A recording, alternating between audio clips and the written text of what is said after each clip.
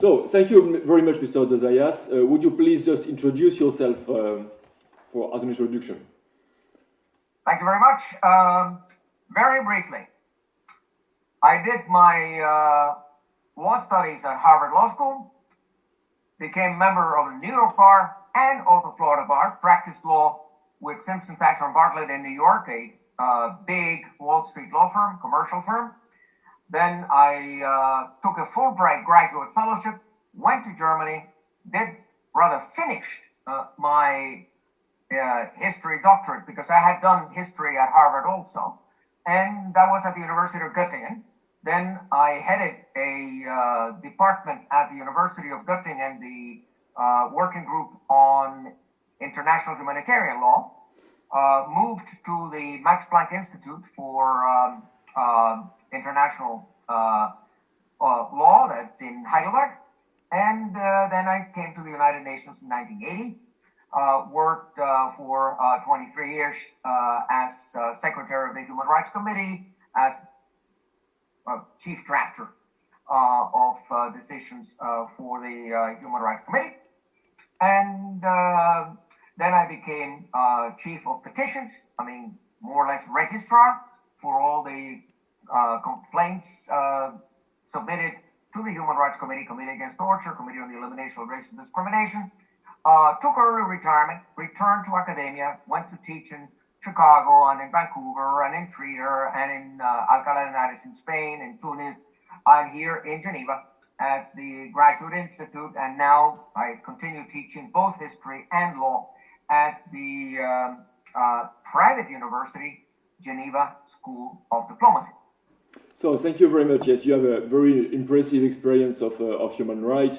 So you know very well this matter. I'm very glad that you have supported our amicus brief in relation to the issue of the right to life before the U.S. Supreme Court in the Dobbs case, and as well as before the European Court of Human Rights in a case of eugenics against Poland. So I really want to thank you.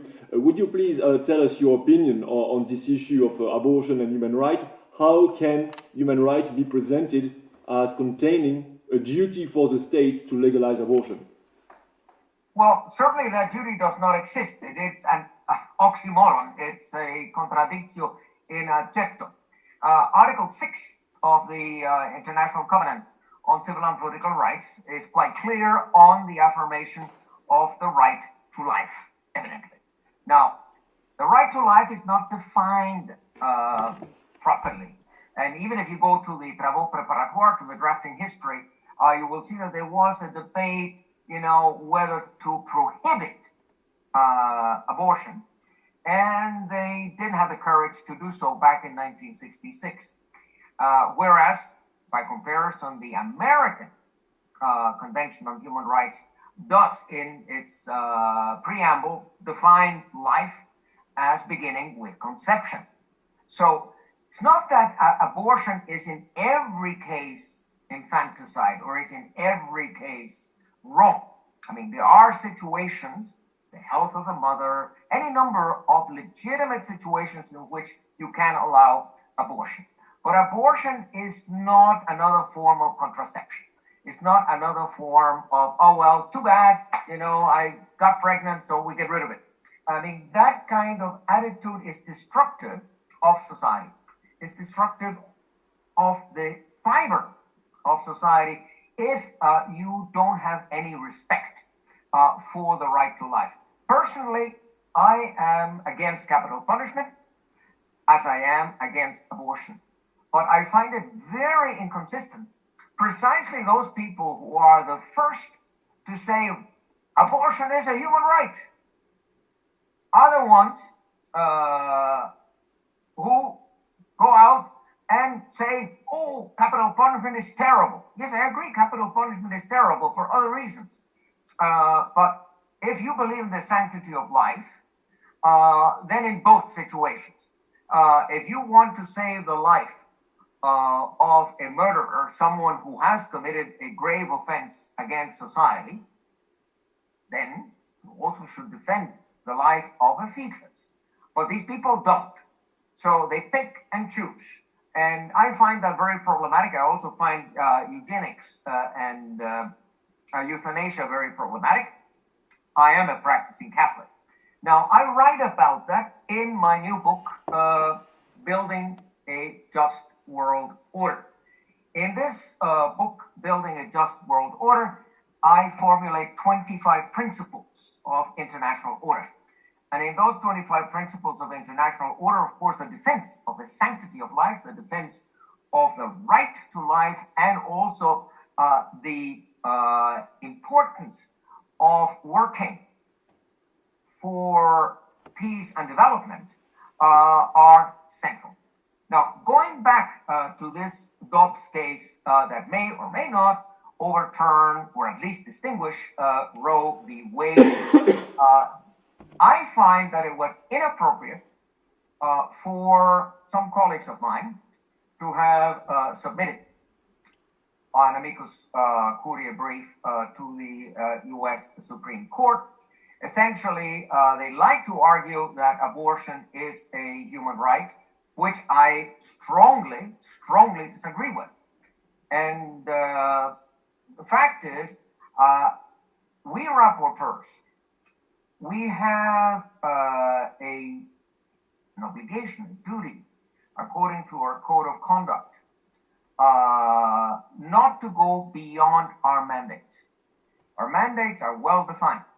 And I think that those rapporteurs who did this amicus brief did go substantially beyond their mandates, and they are giving their mandates an interpretation that is inconsistent with the International Covenant on Civil and Political Rights.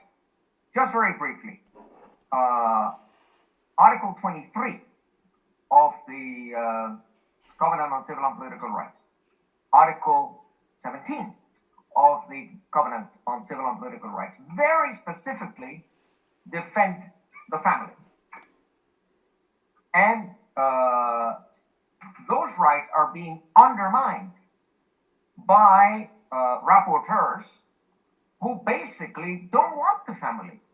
I mean, they don't think that the family is important, but it is actually hard law. It is in the covenant, whereas a right to abortion is not in the covenant. And most importantly, they are going against the right to religion, belief, conviction. No. There is a right in the covenant to be a conscientious objector to abortion because you believe in the right to life, Article 6 of the covenant. You are against abortion. And the bottom line in the United States and elsewhere is that a medical doctor or a nurse who does not believe in abortion might be forced to perform that abortion against their consciousness. It's something completely aberrant. And to have rapporteurs arguing things that fly in the face of the commitments that states have undertaken under the Covenant on Civil and Political Rights and under the Covenant on Economic, Social, and Cultural Rights is very problematic. I never did an amicus while I was in my function.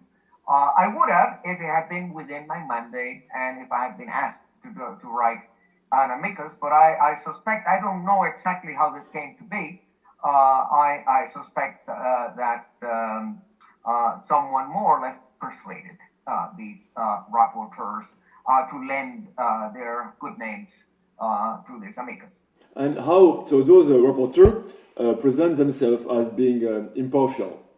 And how do you... Well, impartial, as you know and I know, that some mandates get tons of money from some organizations like the Open Society Foundation. And that is very problematic. My mandate, International Order, didn't get any such monies. So I could do my work really as a scholar and as an independent expert I did not depend on monies being thrown in my mandate. But of course, these rapporteurs didn't get money and put it in their pockets. Obviously not. I mean, it's not that simple. I mean, money is given to the office so that these mandates have additional assistance so that they can do a lot more work than I could do just me alone. Yeah. But that actually goes against the principle of our independence. Yes. Once again, Building a Just World Order just came out in September, and 25 Principles of International Order. And I hope some of the listeners take advantage of it. Thank you very much, Mr. de Zayas. Thank you very much.